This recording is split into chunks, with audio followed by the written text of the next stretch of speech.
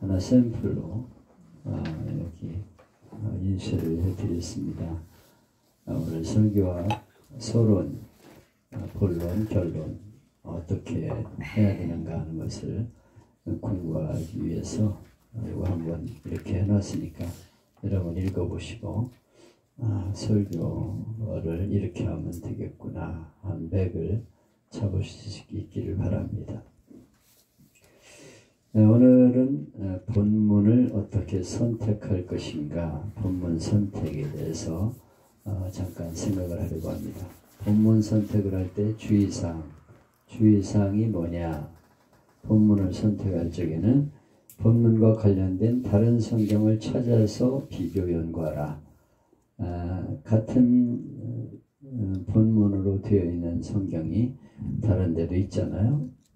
예를 들면 마태복음, 마가복음, 누가복음은 공간 녹음서이기 때문에 같은 그런 내용으로 이루어져 있죠. 그러면 요한복음은 그 본문을 어떻게 했나? 요한복음에도 있나? 그 주석 보면 성경 관주를 보면은 어디 있다는 게 나오니까 차이점이 뭘까 하는 것들을 한번 잘 찾아서 읽어보셔야 돼요. 그래서 뭐가 틀린가? 이런 것들을 한번 참고해 보시고 비교해서 연구를 하시면 좋겠습니다. 그리고 본문에 대해서는 항상 노트북을 남겨라. 여러분 다 가지고 계시겠죠. 설교한 내용들을. 저는 이제 요새는 컴퓨터로 작성을 하기 때문에 컴퓨터로 다 입력을 해서 주제별로 모아놨습니다. 그래서 하늘교회에서 했던 몇 년간의 설교들, 옛날 거 컴퓨터 사용하기 전에 거는 없어요. 노트로에다가 전부 손으로 써서 했는데 그거를 남길까 버릴까 그러다가 남긴들 무슨 의미가 있겠나 그래서 다 내버렸는데 어쩌면 우리 자녀들에게 나눠줬어도 좋을 것 같다. 좋을 뻔했다 이런 생각을 해요. 그때는 아주 구멍 뚫린 끈으로 묶는 걸로 해가지고 마태복음 강해 쪽 1, 2, 3권 쪽에서 노트로 손으로 써가지고 했죠. 굉장히 시간도 많이 걸리고 그랬습니다. 지금은 이제 전부 컴퓨터로 작업을 하기 때문에 작성하기도 쉬워요. 붙여넣기 해가지고 정원 예화들 이런 것들을 갖다 붙여놓으면 되니까.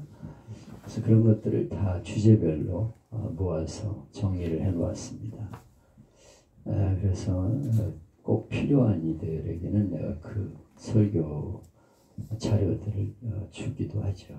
젊은이들 특히 이런 분들에게 이제 그걸 주어서 그러면 가정 절기설교대로 이렇게 쭉 모아가지고 주제별로 정리를 해놨습니다. 그런 노트북을 각자 가지고 있어야 되고요.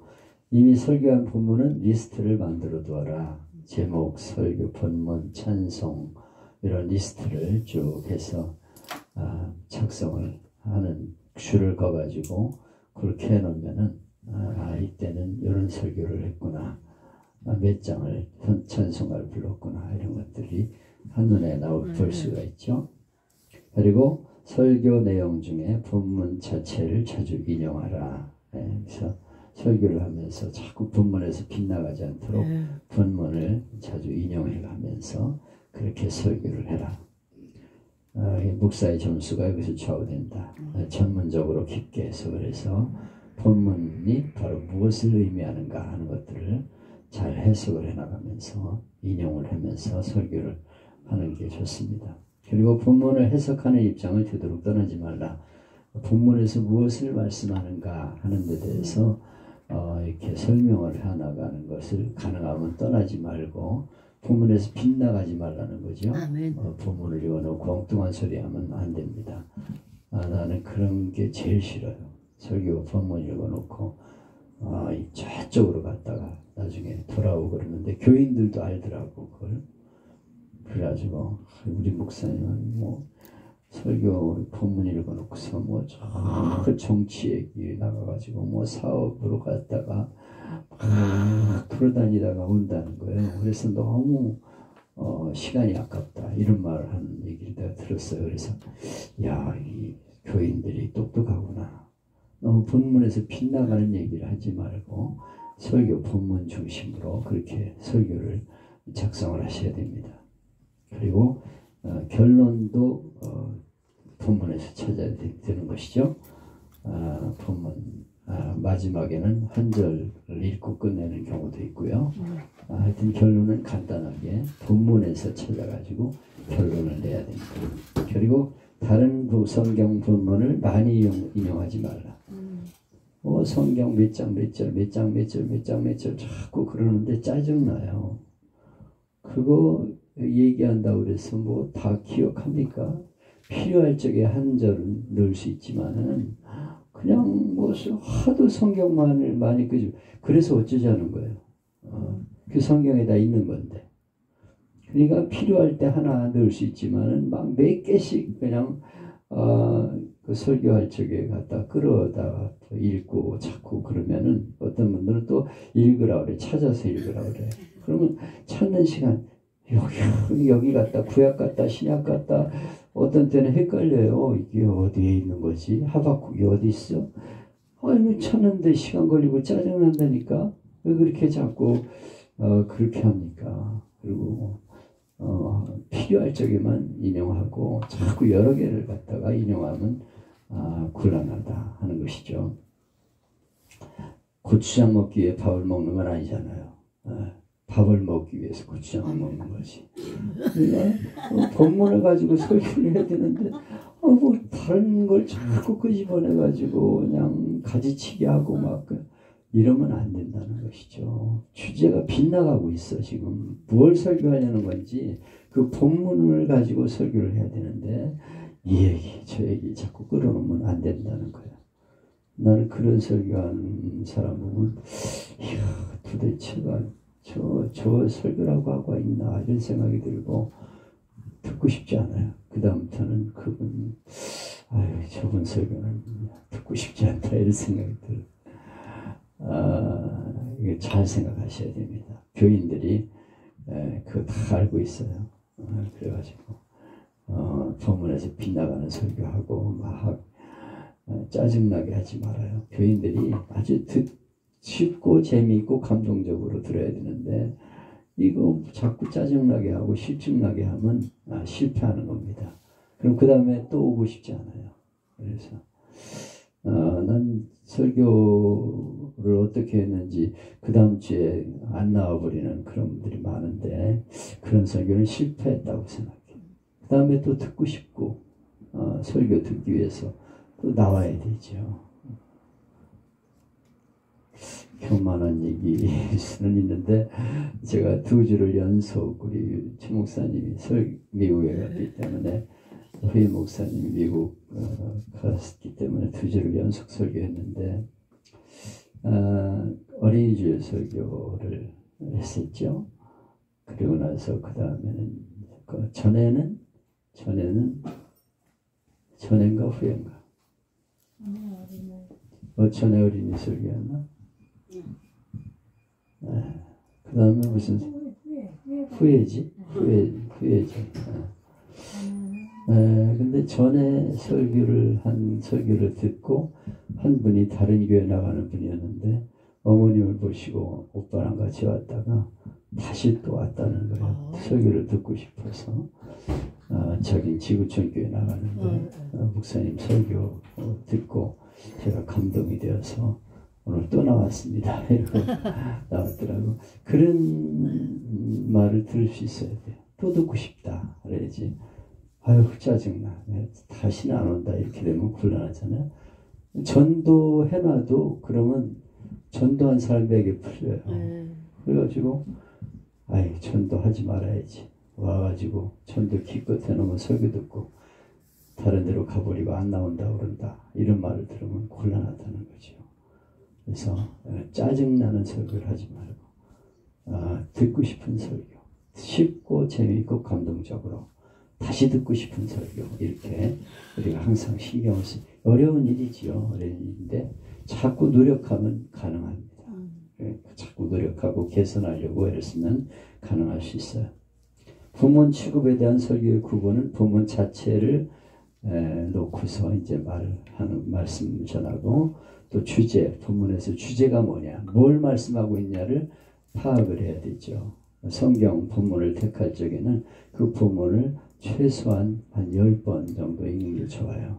아니면 5번 읽든지, 이게 뭘 의미하는가를 탁 머릿속에 내가 입력할 수 있도록 한마디로 말할 수 있는 요약한 문장으로 얘기를 하는 걸 적어봐야 됩니다. 요점 정리. 제가 늘 설교학을 요새 이제 프로페자이에서 강의를 하고 있는데, 제일 강조하는 것은 본문을 읽고 그 설교 본문을 5번 이상 10번까지 읽어라. 자세히 읽고 그 내용이 무언가를 한 문장으로 요약해라. 하나님이 내게 주시는 말씀이 뭔가, 이거를 한마디로 딱 요약할 수 있어야 돼요. 그게 주제입니다. 오늘 설교를 하려는 요걸 잘 선택하셔서 본문을 자체를 이해할 수 있어야 돼요. 그래서 반드시 그 본문을 읽고 한 문장으로 요약해라. 하나님이 내게 주시는 말씀이 이게 무언가, 이 말씀을 통해 무슨 말씀을 하고 있는가를 딱 한마디 요약을 해서 적을 수 있어야 돼요.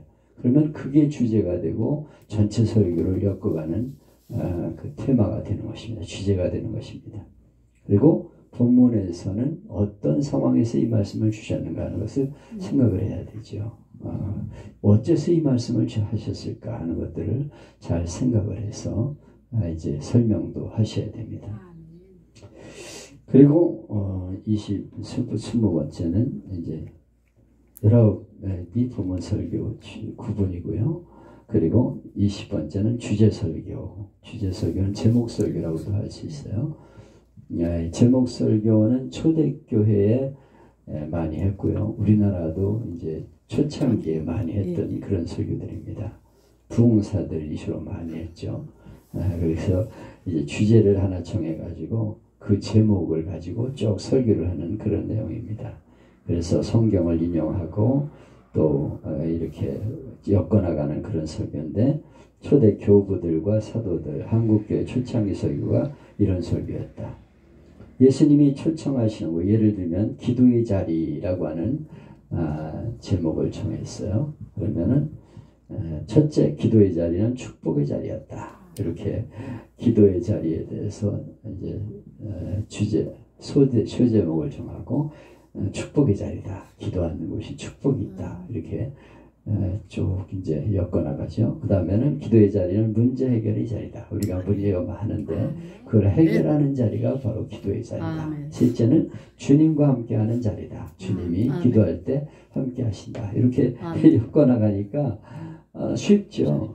주제를 설명해 나가기가 쉬운데, 선포, 해석, 적용이와 그래서 성경이 뭘 말씀하는가를 선포하고 그 뜻을 설명을 하고, 이걸 우리 삶에 어떻게 적용할 것인가를 말하고, 예화도 거기 들어가지고 이제 설교를 하는 것입니다. 장점은 수사학적, 논리적 완전성을 기할 수 있다. 뭐 기도의 자리는 축복의 자리다, 문제 해결의 자리다, 주님과 함께하는 자리다. 논리적이잖아요. 딱 이렇게 할 수 있는 설교가 되죠. 그리고 설교에 초점을 맞추고서 완벽한 예술작품을 만들 수 있다. 아주 예술작품처럼 그렇게 만들어질 수가 있습니다. 폭넓은 사상을 발표할 수 있다. 뭐 여러 가지 얘기를 그 안에 할 수가 있습니다. 그리고 어떤 주제도 충분히 얘기할 수 있다. 내가 주제하고 싶은 설교가 있으면 거기에 대해서 어떤 주제도 사용할 수 있죠. 기도의 자리, 뭐 찬양의 자리, 뭐 섬기는 자리, 뭐 이렇게 해가지고 주제를 가지고서 여러 가지 주제로 얘기할 수 있습니다. 단점은 성경을 억지로 인용해가지고 비양심적일 수 있다. 자기 주제에다 맞춰가지고 저기서 끌어다가 억지로 인용하는 경우가 있어요. 그래서 어떤 이들은, 부흥사들은 주제를 가지고 하면서 저기서 성경을 끌어다가 막 구약에서 끌어다 오고 또 신약에서 끌어오고 막 이래서 억지로 꿰맞히는 설교를 하는 경우가 있습니다. 그래서 억지인데 저건 이렇게 설교를 교인들도 한다고요, 그런 걸. 그래서 그렇게 성경을 억지로 인용해서는 안 되고요. 하나님 말씀을 등한히 여기가 쉽다. 하나님 말씀보다는 자기 얘기, 자기 하고 싶은 얘기를 하는 거죠. 헌금해야 된다. 축복의 자리 받을 수 있다. 그래서 자꾸 성경 말씀에 빗나가기가 쉽다는 거죠. 그리고 설교자가 성경 말씀을 등한히 여기면 교인들은 설교자를 등한히 여긴다. 갖다가 자꾸 꿰맞힌다. 이런 생각을 갖는 거예요. 우리 목사님은 성경 읽어놓고서 자기 얘기를 하고 있구나. 이렇게 생각을 하면 그 다음에는 귀에 안 들어오죠. 저 목사님은 성경 읽고 자기 얘기하는 거야. 이렇게 생각하기 쉽습니다. 웅변은 잘하는데 영역은 없다. 이런 비평을 줍니다. 웅변적으로 막 소리를 지르면서 설교를 하는데 별로 마음에 와닿지 않는 설교가 될 수 있어요. 그리고 단조롭기가 쉽다. 자기 주제를 가지고 그것만 가지고 얘기를 하니까 단조롭기 쉽다. 주의사항은 본문을 가까이 하라. 본문 중심으로 설교를 해야 돼. 본문. 그리고 논리를 정연하게 전개해야 된다. 아주 정연하게 논리가 쭉쭉 전개되어 나가야지 이 얘기했다 저 얘기했다 막 어수선하면 안 된다는 것이. 그리고 주제의 말을 하지 말라. 산만해진다. 막 이 얘기하고 저 얘기하고 막 이렇게 나오면요 나중에 주제가 산만해져 가지고 머릿속에 들어오질 않아요. 한참 들었는데 무슨 얘기를 지금 들은 거야. 뭐 사업 얘기했다, 뭐 애국간 얘기했다, 뭐 막 이렇게 하면요 주제가 산만해져요. 그리고 제목과 주제를 잘 선택해야 된다. 제목이 딱 주제에 맞게 나와야 되고요. 주제를 잘 선택해야 돼.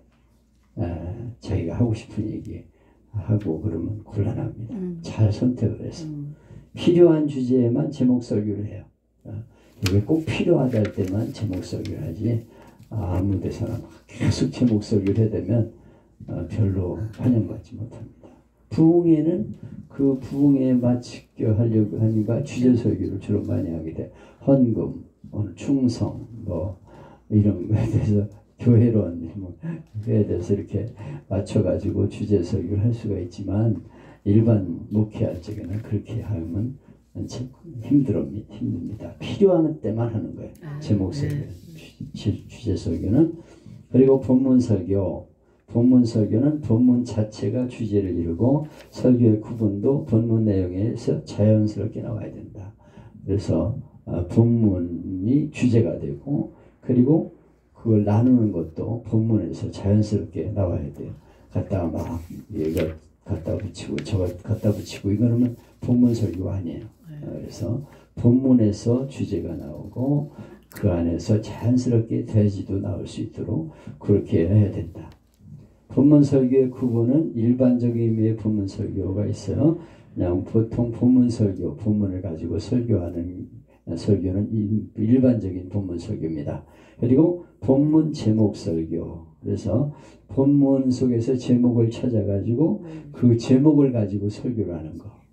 그 다음에 본문 추론 설교. 본문 외에 단방향에서 이 얘기를 전개했다가 나중에 본문으로 결론을 내리는 그런 설교를 추론 설교라고, 본문 추론 설교라고 합니다. 본문 설교 시 주의사항은 본문을 잘 선택해야 된다. 잘 선정해야 돼.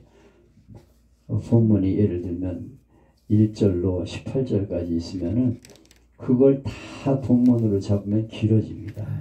거기서 무엇을 택할 것인가를 잘 기도하면서 결정해야 돼. 그래서 이 가운데 하나님이 주시는 말씀이 뭔가 해서 그 핵심 포인트가 들어가 있는 구절을 선택을 해서 설교를 하셔야 됩니다. 그리고 무리 없이 잘 분석해야 된다. 무리가 없어야 돼요. 막 갖다가 무리해가지고 막 갖다 말을 집어넣고 그러면 곤란하시죠. 갖다가 무리하게 막 설교를 갖다가 해석하고 그러면 곤란해. 또 본문을 구분하기 위해서는 본문을 충분히 알아야 된다. 이 말씀이 무언가를 알아야 돼요. 그래서 주석도 보는 거예요. 그래서 이분은 이걸 어떻게 해석했나, 당시 시대적인 배경 뭐 이런 것들이 주석에 다 나오니까요. 바클레이 같은 거는 신약 성경 주석이지만 그때 당시의 상황 이런 것들이 잘 나와 있는 설교예요. 그리고 이상근 주석은 여러 가지를 종합해가지고 설교를 주석을 해놨고요. 또 호크마 같은 것도 여러 주석들을 다 모아가지고 그 본문에 대해서 해석을 해놨습니다. 그래서 그 본문의 의미를 잘 파악을 해야 돼요. 뭘 말씀하는가를 잘 보셔야 됩니다. 프로포자에다가 우리 송 목사님은 주석을 올립니다. 거기다가 주석을 해서 여기 오늘 본문이 예를 들면 요한복음 1장에서 18절이다 그러면 요 본문에 대한 주석을 송 목사님이 찾아 올리라고 그랬어요. 호크마에서 주로 올립니다. 그리고 그 다음에 이제 그 설교한 설교자들에 대해서 쭉 찾아가지고 이제 올리죠. 그분은 그 본문으로 설교한 분들을 다 올려요. 본문. 굉장히 길죠. 나는 그 중에서 꼭 필요한 것들 몇 편을 뽑아가지고 올려줍니다. 내가 설교한 게 있으면 그걸 맨 앞에다 올려놓고 그 다음에 다른 분들은 어떻게 설교했는가 내가 보기에 이거는 인용할 만하다 그런 것들을 뽑아가지고 올려요. 근데 프로포자에 내가 올려보니까 한 40쪽 정도밖에 안 올라가더라고. 너무 길면은 그게 올라가지 않게 돼 있더라고. 근데 이 한계가 있어요. 그래서 꼭 필요한 것들만 뽑아가지고 올려줍니다. 그리고 내가 월요일날 강의를 다음 주 할 거를 이제 강의를 하죠. 그러면 토요일날은 내가 그거를 프로페자에다 올려줘요. 그리고 한번 읽어보고 그 다음에 같이 강의를 할 수 있도록. 그러면 그분들이 그걸 읽어보고 이번에 강의할 내용은 이런 것이다 하는 것을 알고 나서 강의를 들으면 더 소통이 되죠. 그래서 잘 분석해야 돼요. 그리고 본문을 잘 구분해서 충분히 알아야 되고 언어, 문법, 문맥, 외국어 대조, 번역본 대조 이렇게 잘 보면서 그 본문이 뭘 의미하는가를 충분히 알아야 되고 본문의 중심이 흐르는 뜻, 초점, 아까 내가 얘기했죠. 요약을 해보라. 한마디로 그 본문에서 뭘 말씀하고 있는가를 요약해서 말할 수 있어야 됩니다. 그래서 초점을 알아야 돼요. 초점. 뭘 말하고 있는가 하는 것들을 확실하게 잡아야 됩니다. 예를 들어 탕자의 비유에서 초점은 아들이 아니고 아버지죠. 아버지. 아버지가 중심이에요.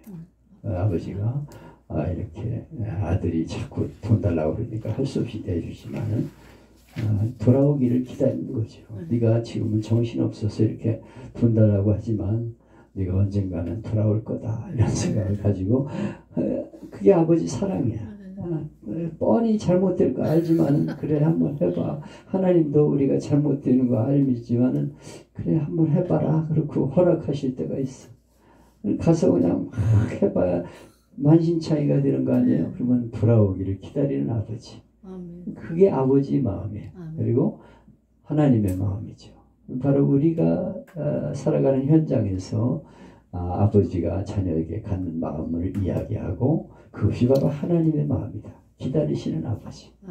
노심초사 기다리면서 돌아오기를 바라고 기다리다가 멀리 아들이 돌아올 때 그냥 보고서 달려가서 맞아주는 아버지. 그러면서 나는 아버지 아들이 될 자격이 없습니다. 나를 품꾼의 하나로 써주세요.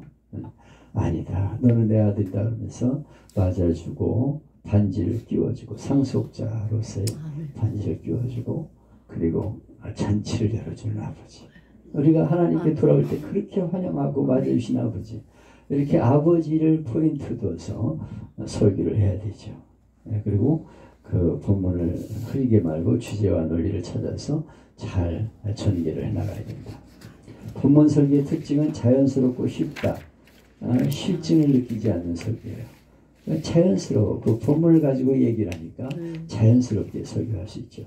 또 신선하게 내용을 전개하면 클라이막스에 도달하기 쉽다. 이러면 자기를 부인하고 십자가를 지고 나를 따르라. 그랬으면 나를 부인하는 게 뭐냐.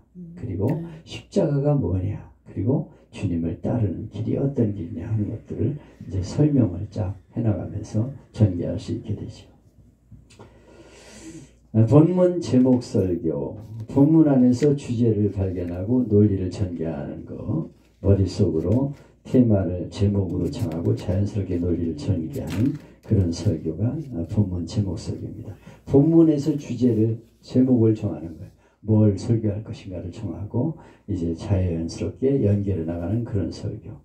부정적이고 소극적인 것을 먼저 말하고 긍정적이고 적극적인 면으로 말해 나간다. 처음은 하나님은 사랑이시다. 이렇게 말씀을 하나님이 우리에게 원하시는 건 사랑이시다. 그러면 사랑이 없는 세대, 오늘 가족에서도 사랑이 없고 부부간에도 서로 갈등하고 있는 세대, 그리고 이웃끼리도 서로 사랑하지 못하는 세대, 이런 세대들을 쭉 얘기하고 부정적인 것들을 말하면서 하나님은 이렇게 우리에게 말씀하고 계신다. 이렇게 연결시켜 나가면서 우리가 하나님의 사랑으로 서로 사랑하자. 이렇게 나갈 수가 있는 것이죠.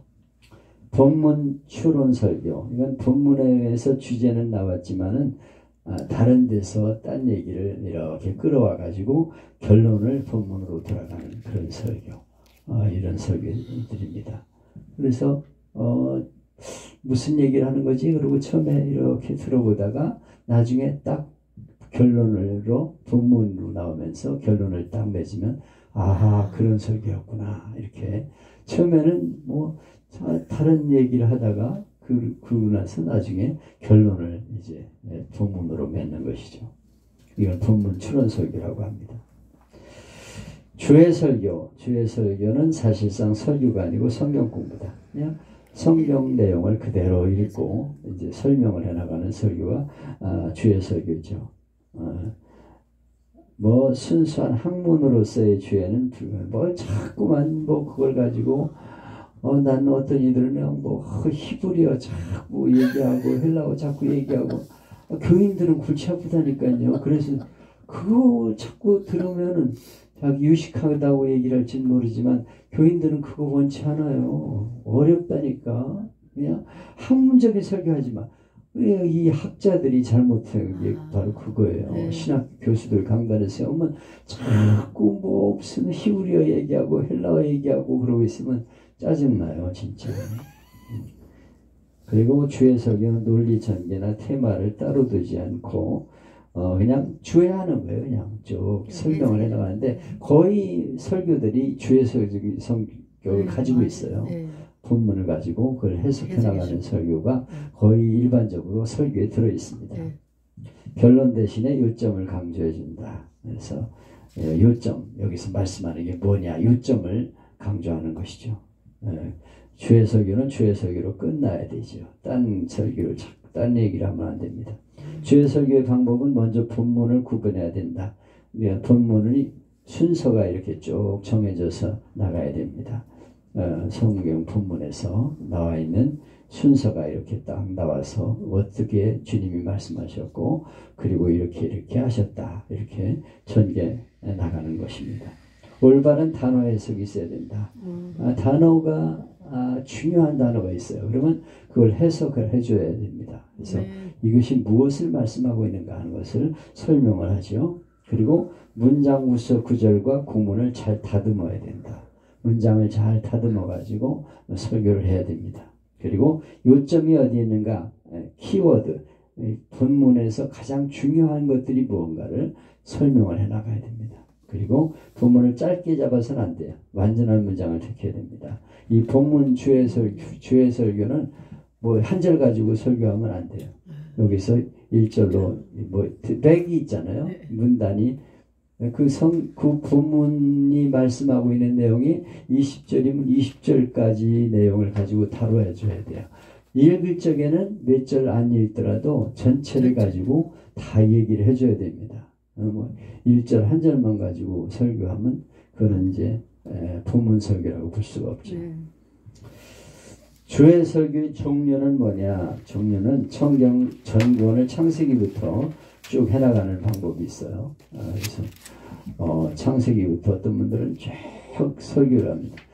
그래서 막 낮 설교도 창세기 1장부터 하고 그다음에 오후 설교 창세기 2장 뭐 이어서 계속 하네. 수요일도 그거 하고 새벽기도도 그거 하고 그래가지고 나는 성경을 그냥 창세기부터 요한계시록까지 설교한다.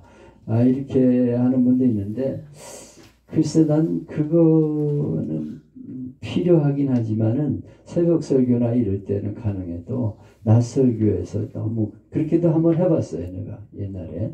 그런데 다른 설교를 해야 될 때가 많아요. 절기 설교나 이런 것도 해야 되고요. 그런데 그냥 그걸 고집스럽게 해가지고 뭐 어린이주일 설교도 없애버리고 다 계속해서 그것만 하는 거예요. 그렇게 되면 교인들에게 골고루 여러 가지 양식들을 먹이기가 어렵습니다. 그리고 특정한 책을 택해서 집중적으로 할 수 있다. 로마서, 에베소서 뭐 이런 거, 이상은 박사 요한복음 이런 것들을 택해가지고 설교를 할 수 있죠. 요한복음을 쭉 하고 그 다음에 뭐 로마서를 택해서 하고 갈라디아서를 택해서 하고 이렇게 할 수 있습니다. 내가 이 군각지 교회나 여기서 하는 거는 주로 특정한 책을 택하는 그런 설교예요. 설교인데 이제 절기 설교나 이런 거 할 적에는 그걸 갖다가 하지만은 쭉 이어서 하는 설교를 합니다. 그리고 성경 인물 중심 강의를 할 수 있어요. 예레미야, 예레미야에 대해서 이제 쭉 인물 중심으로 설교하는 것이죠. 아담, 아브라함, 뭐 요셉 그래가지고 인물 중심의 설교를 할 수도 있습니다. 그래서 인물 중심 강해 뭐 이렇게 하다든가 그렇게 아주 설교를 시리즈로 엮어나갈 수도 있습니다. 그리고 특수한 제목을 가지고 할 수 있어요. 예수님의 비유 그러면 이 비유만 모아가지고 설교하는 거죠. 이적 그러면 이적만 가지고 하는 거예요. 십계명 강해 할 수 있습니다. 이건 다 제가 했던 거예요. 하늘교회에서도 십계명 강해 이런 것들을 하기도 하고 기독교 윤리 그래서 기독교 윤리는 뭘 말씀하고 있는가 또 예수님의 격언 예수님의 중요한 격언들이 있어요. 그걸 이제 가지고 할 수도 있고요. 신앙 고백, 사도신경 강해 뭐 이런 걸 할 수 있고 주기도문 강해 이렇게 강해 설교를 할 수가 있습니다. 주석은 참고로 하는 것이지 그대로 말해서 한다. 왜냐하면 시대와 환경이 다르기 때문이다. 주석을 그냥 참고로 보는 거지 그 시대의 메시지이기 때문에 오늘 이 시대와 연결시켜서 말씀을 전해야 됩니다. 주의 설교의 장점은 주의 설교가 가장 평범한 설교예요.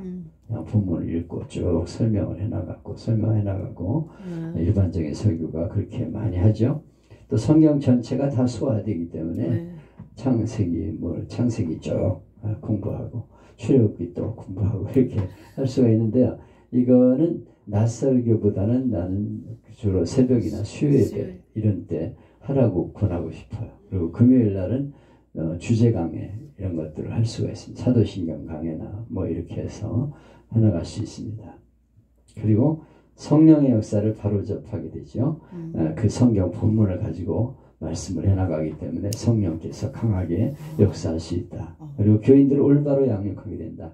편식을 안 하는 거예요. 그래서 창세기부터 쭉 해나가면 성경 본문에 대해서 쭉 공부를 해나가죠. 교역자가 영역과 담력과 설교에 많은 테마를 얻게 된다. 뭐 그건 쉬우니까 뭐 설교 해석해 주해를 해나가니까 아주 영적인 힘이 있어요. 그리고 뭐 얼마든지 나 할 수 있다. 본문 가지고 그리고 설교에 많은 테마 주제가 많이 있잖아요. 창세기부터 하면은 뭐 그걸 가지고 구태여 얘기할 필요가 없고요. 거기서 다 다뤄. 내가 예를 들면 헌금에 대한 설교를 따로 할 필요가 없어요. 거기에 다 나와 있어. 왜냐하면 그 본문 자체를 가지고 보면 거기에는 뭐 헌금, 충성, 뭐 예배, 기도 다 나와 있어요. 그러니까 골고루 설교할 수가 있습니다.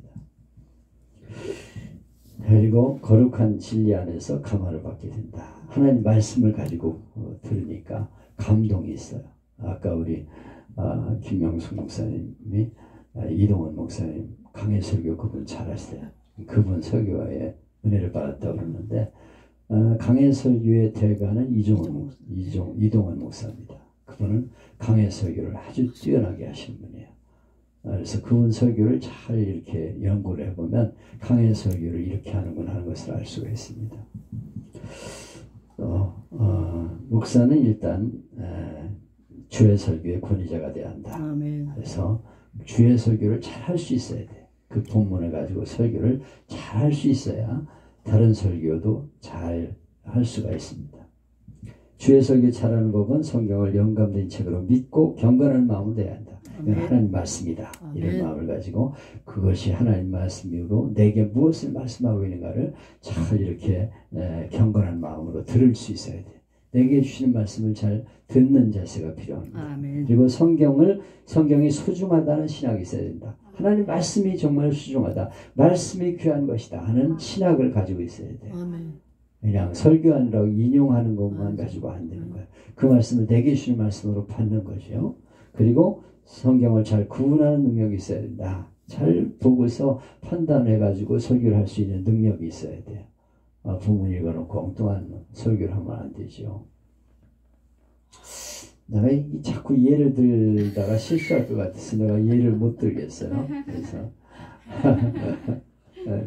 그런 얘기를 하기가 여기서는 좀 곤란합니다. 지금 녹화를 하고 있기 때문에 혹시 그래서 그런 얘기를 하기가 좀 꺼려지네요. 하여튼 잘 구분할 수 있어야 돼.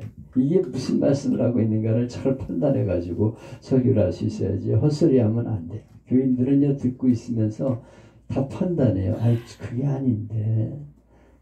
아니 예수님이 축사를 하시고 떡을 떼어줬다는 걸 귀신을 내쫓고 떡 떼어줬다고 해석을 하면 교인들이 교사들이 그거 공부시키면서 그런 얘기를 하면요 목사님한테 질문한다니까요. 목사님 그게 아니잖아요. 여기 축사하는 건 기도해주고 떡 떼주신 것이지 무슨 귀신 내쫓고 그럼 떡에 귀신이 들어가 있습니까?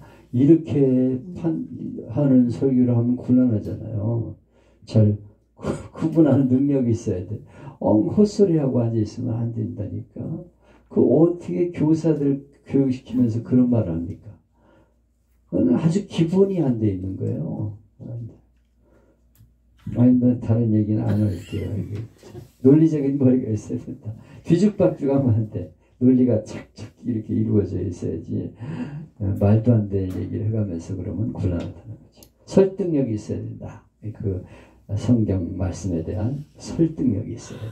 그래서 설득해 나가는 거예요. 교인들이 그 말씀을 듣고 내 말씀이구나 이렇게 받아들이도록 설득력이 있어야 된다. 또 깊은 연구 결과가 나타난다.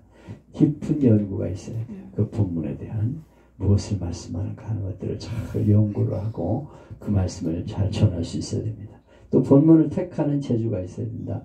엉뚱한 본문을 택하면 안 돼요. 본문에 대해서 그 20절까지 있으면은 그 중에서 가장 중요한 키포인트를 딱 잡아야지. 아니 지금 이 뒤에 있는 얘기를 하려고 앞에 얘기한 건데 앞에 걸 본문을 잡고 뒤에 건 안 내버려 두고 나가면 안 된다니까요. 그 긴 본문 중에서 무엇이 본문이 되어야 할까를 잘 잡아가지고 그걸 중심으로 끌어나가야 돼요. 본문을 설교한다고 그래서 앞에 걸 가지고서 전체를 이끌어 나가려면 곤란하다는 것이죠. 그리고 신방을 통해서 오늘 어떤 말씀이 청중에게 필요한가를 관심을 가지고 우리 교인들이 들어야 되는 말씀을 택해야 돼요. 본문에서 그 말씀을 전해야 됩니다. 교인들을 신방을 자주 해보면요 그들의 형편을 알잖아요. 그래서 그 본문을 가지고 그런 설교를 거기에 맞춰가지고 할 수 있어요. 또 설교하는 능력이 있어야 된다. 그래서 힘, 생기, 재미, 적응성, 능변적 그런 게 있어야 돼요.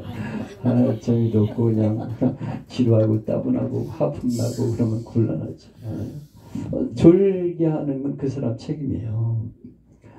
그래가지고 졸지 말라고 막 소리를 지르니까 어떤 할머니가 그러더래. 누가 졸게 해놓고서 지금 졸지 말라고 그러는 거야? 그러면서 얼마나 오죽하면 졸겠어요. 다 피곤하게 인생을 사는데. 근데 설교 어렵고 딱딱하고 재미없고 그러면 조는 거예요. 그냥. 나하고 상관이 없는 얘기도 하고 있고 계속 무슨 히브리어 얘기하고 헬라어 얘기하면 할머니들이 알아듣습니까? 뭐들은 이렇게 좋을 수밖에 없어. 자기가 졸게 해놓고 뭘 지금. 그래서 그냥 재미있게도 좀 하고 좀 예화도 좀 들어가면서 이렇게 설교를 하지 왜 이렇게 딱딱하게 해가지고 씹지도 못하는 얘기를 하고 있어요. 하여튼 사람이 아는 것만큼 말하기가 어렵죠. 그래서 잘 이해하기 쉽게 알기 쉽게 설교를 하도록 늘 노력을 해야 된다. 제가 원포인트 설교를 강조하는 게 그거예요. 딱 하나 그 본문에서 무엇을 말씀하는가 주제를 하나 택해가지고 그걸 가지고 끝까지 밀어붙이는 거죠. 그래서 딱 머릿속에 그날 하나 말씀이 정리되어 들어올 수 있도록 그렇게 하는 것이 필요합니다. 주의 설교시 중요한 거는 주의 사항은 간단한 주예부터 알아. 너무 어려운 주의 복잡한 주예를 가지고 하지 말고요. 처음에 간단한 것부터 시작을 해서 주예를 하시면 돼. 예를 들면 고린도전서 13장 그러면 사랑장이잖아. 그걸 가지고 설교를 해보면 주의 설교가 이런 거구나 하는 방향이 잡히게 되죠. 주일 예배를 위해 준비하지 말고 항상 주의 설교를 준비하는 거죠. 우리가 무엇을 말씀하는가를 잘 본문을 읽고 그 다음에 기도하면서 주석도 보고 이렇게 하면서 이 본문이 무엇을 말씀하는가에 대해서 항상 관심을 가지고 연구를 해야 됩니다. 잘하는 사람을 모델로 택할 것. 이동훈 목사님 설교 같은 거 주의 설교하는 이들은 필요해요. 그런 거 잘 읽어보시고 그러면 어떻게 전개해 나가는가를 잘 알 수 있습니다. 수사학을 겸하라. 논리적이어야 돼요. 그냥 논리적이지 않으면 또 안 돼요. 그냥 주의 설교라고 한다고 해서 그냥 막 아무 얘기나 하면 안 돼요. 잘 논리적으로 이해될 수 있게 그렇게 설교를 해야 된다. 모든 성경에 흐르는 문맥을 알고 있어야 본문을 이해할 수 있다. 그 말씀이 배경이 뭐냐, 어째서 이 말씀을 하게 되는가를 잘 연구하고 역사에 대해서도 좀 알아야 돼요. 그래서 그래야 해석을 제대로 할 수가 있습니다. 그리고 조직시역 진학적 차원에서 기독교 교리를 잘 알고 있어야 된다. 교리를 모르고 그냥 본문만 가지고 얘기하면 안 됩니다. 그래서 하나님은 어떤 분이신가, 성령님은 어떤 분이신가, 이런 교리에 대해서 좀 알고 아멘. 그리고 나서 이제 설교를 교리에 맞게 해야 됩니다. 설교의 구분은 서론을 얘기할 적에는 시의 전주, 음악을 할 때 전주를 넣는 것처럼 처음에 탁 들으면 머릿속에 탁 들어오고 아름답다 이런 그 전주가 있잖아요. 전주가 중요해요. 그래서 이렇게 전주를 쫙 들으면서 이제 오늘 무슨 말씀을 할 것인가 기대가 딱 있어야 되죠. 책의 서문과 같고 건물의 현관과 같다. 딱 들어올 적에 서론에서 오늘 설교를 들을까 말까가 결정된다는 거예요. 그래서 딱 집중해서 서론에서 이제 결정이 난다는 거예요. 그래서 그날 어떻게 말씀을 전개해 나갈 것인가 서론이 중요합니다. 관심을 집중시켜야 된다. 그리고 매력적이어야 한다. 청중과 설교자의 만남의 시간이 바로 서론이에요. 서론. 첫 말을 어떻게 꺼내느냐, 어떻게 전개해 나가느냐가 아주 중요한 것입니다. 서론은 천천히 결론을 격하게 아주 강조하면서 결론을 냈지만은 서론은 천천히 얘기하면서 그 얘기를 엮어나가도록 그렇게 하는 것이죠. 인상을 주는 곳이 무언가, 또 말의 문을 여는 곳, 말문을 여는 곳이고 관심이 통일되고 동등의 관계에서 공통점을 찾아야 된다. 무엇을 지금 저분들에게 말씀하신 거에 대해서 같은 입장에서 이제 서론을 전개해야 된다. 서론의 목적은 본문이나 테마로 관심을 끌고 가려는 거예요. 그래서 그 얘기를 지금 전개하는 것입니다. 제가 오늘 여러분에게 나눠드린 어버이 주일 이 부모를 공경하라는 걸 보면 서론이 어떻게 전개되어 있는가를 볼 수가 있어요. 인질범이 할머니를 납치해가지고 인질을 잡아놓고 며느리에게 전화했습니다. 네 시어머니 내가 모시고 데리고 있다. 1,000,000원 가져오면 풀어주마. 어림없는 소리 네 말대로 해. 네 맘대로 해. 인질범 좋다. 그럼 너희 시어머니 들어오고 데려다 놓겠다. 그러니까 당황한 며느리가 황급한 목소리로 말했다. 여보세요. 은행 계좌번호가 어떻게 되죠? 이게 지금 어버이주의를 부모님을 모시기 싫어하는 세대에 대해서 풍자적인 유머를 하고 있는 거예요. 그래서 설교 그 얘기 딱 들으면서 오늘 설교 관심이 간다 이렇게. 오늘 이 시대가 그러니까 딱 머릿속에 들어올 수 있도록 이 얘기를 전개해 나가는 겁니다. 이런 게 서론이에요. 서론을 아주 관심이 집중되는 그런 얘기로 이제 연결. 그래서 아들은 어떤 몸은 뒷방에서 죽고 드는 몸은 길바닥에 죽는다. 왜 죽느냐? 큰아들 작은아들 집으로 왔다 갔다 하다 교통사고 만나 죽는다. 그래서 그런 얘기 실감 있게 지금 오늘의 현실에 대해서 얘기를 하니까 귀에 쏙 들어오잖아요. 그러니까 그렇게 서론을 전개하는 것이 필요합니다. 그래서 서론의 목적은 본문이나 테마로 관심을 끌고 가기 위해서 지금 그 얘기를 지금 꺼내는 것이죠. 그리고 두부장사가 종을 치는 것 같다. 땡땡땡 친구입니다. 그러면 두부장사 같구나 이렇게 쫓아나오는 것처럼 두부장사 종 치는 것처럼 오늘 무슨 얘기 하려고 한다 하는 것이 딱 그 서론에서 나와야 되는 것이죠. 내가 먼저 청중에 관심을 둬야 한다. 청중에 관심이 없는 이야기는 서론이 될 수 없다. 그들이 지금 관심을 가지고 있는 거 이걸 얘기해야 된다. 설교자와 듣는 자가 서로 만나기 위한 것이다. 그래서 모든 사람이 아멘할 수 있는 내용이어야 된다. 다 들으면 아이고 그래 지금 이 세대가 그런 시대지 딱 다 관심을 가지고 들으시잖아요. 아멘할 수 있죠. 청중을 먼저 이해하고 내가 말하는 전체 내용을 알고 매칭시켜야 된다. 이렇게 연결시켜야 돼요. 서론의 전개 방법은 일반적인 예부터 시작해서 본문으로. 아까 지금 이런 얘기는 일반적인 얘기예요.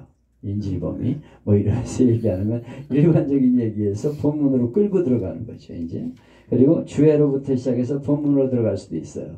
그래서 어떤 지금 본문에서 말씀하고 있는 내용은 이런 내용이다. 그래서 얘기를 하면서 본문으로 끌어갈 수 있습니다. 가장 뚜렷하게 제목을 끄집어내서 시작한다. 본문에서 말씀하고 있는 제목, 주제가 뭔가를 끄집어내가지고 그 얘기로부터 시작해 나가는 것입니다. 그리고 본문 중에서 의문점을 끄집어내서 할 수도 있어요.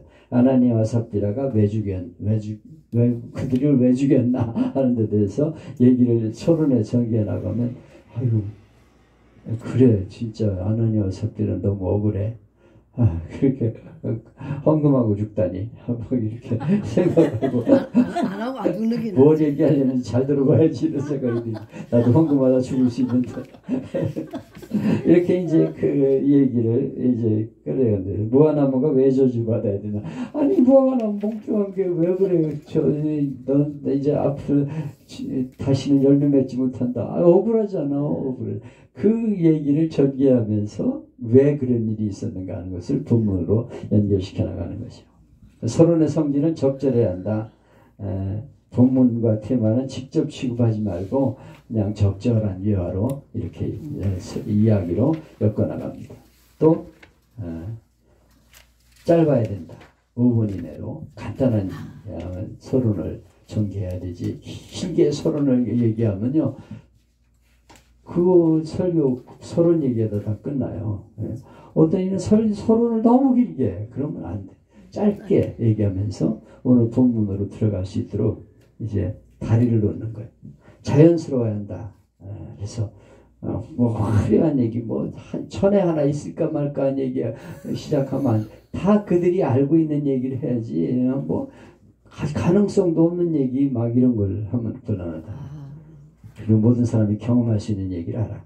복잡한 문장을 피하라. 그래서 아주 복잡한 문장, 아이고 말이 어려워 처음부터. 그러면 처음부터 마음이 딱 닫혀. 무슨 얘기를 하고 있는 거야 지금 이렇게 하면 곤란하다는 거지. 그리고 생생하게 이렇게 머릿속으로 그릴 수 있는 이야기를 꺼내면서 시작을 해야 된다. 덜 적극적이고 덜 긍정적이어야 한다. 최상업을 써도 안 된다. 그냥 너무 처음부터 어려운 얘기를 꺼내면 곤란하다는 것이죠. 과장하지 말라. 시적인 문장을 쓰면서 처음부터 막 시인이나 된 것처럼 그렇게 하지 말라는 것이죠. 그리고 무리하게 하지 말고 쉽게 시작하라. 거창한 명제를 던지지 말라. 쉬운 얘기부터 하는 거예요. 쉬운 얘기. 그리고 적당한 음성으로 말해라. 아주 조용하고 분명한 음성으로 처음에 서론을 전개해 나갑니다. 그래서 막 처음부터 막 소리 지르면서 하면요, 교인들이 아주 싫어해요. 처음부터 소리 지르고 막.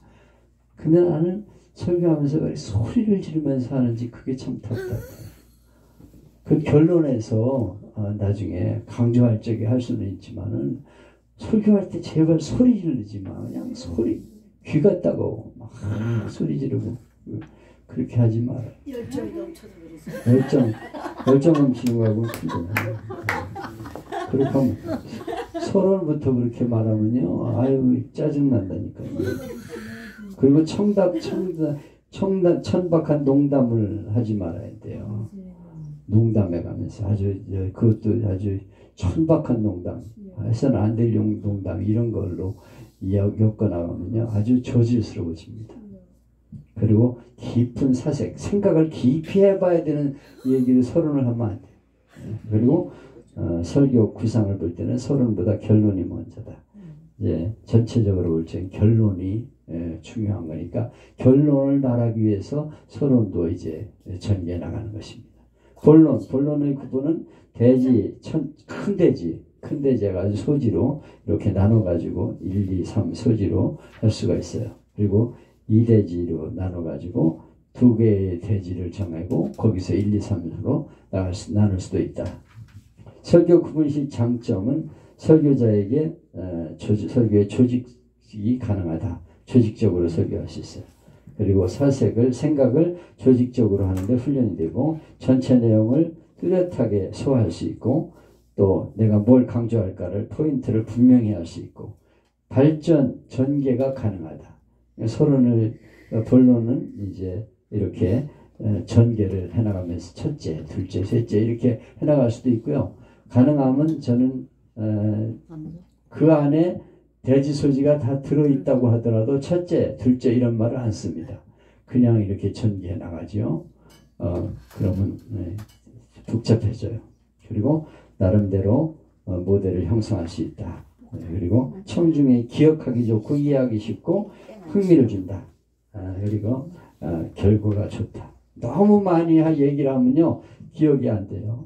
그래서 막 본문에서 많은 얘기를 꺼내면 안 됩니다. 난 가능하면 이 설교 중에서 너무 긴 설교, 길게 막 끈 설교 안 했으면 좋겠어요. 구분 방법은 그분이 설교에 적합한가, 그분을 알리는 것이 좋으냐 나쁘냐 하는 것들을 잘 생각을 해야 되고요.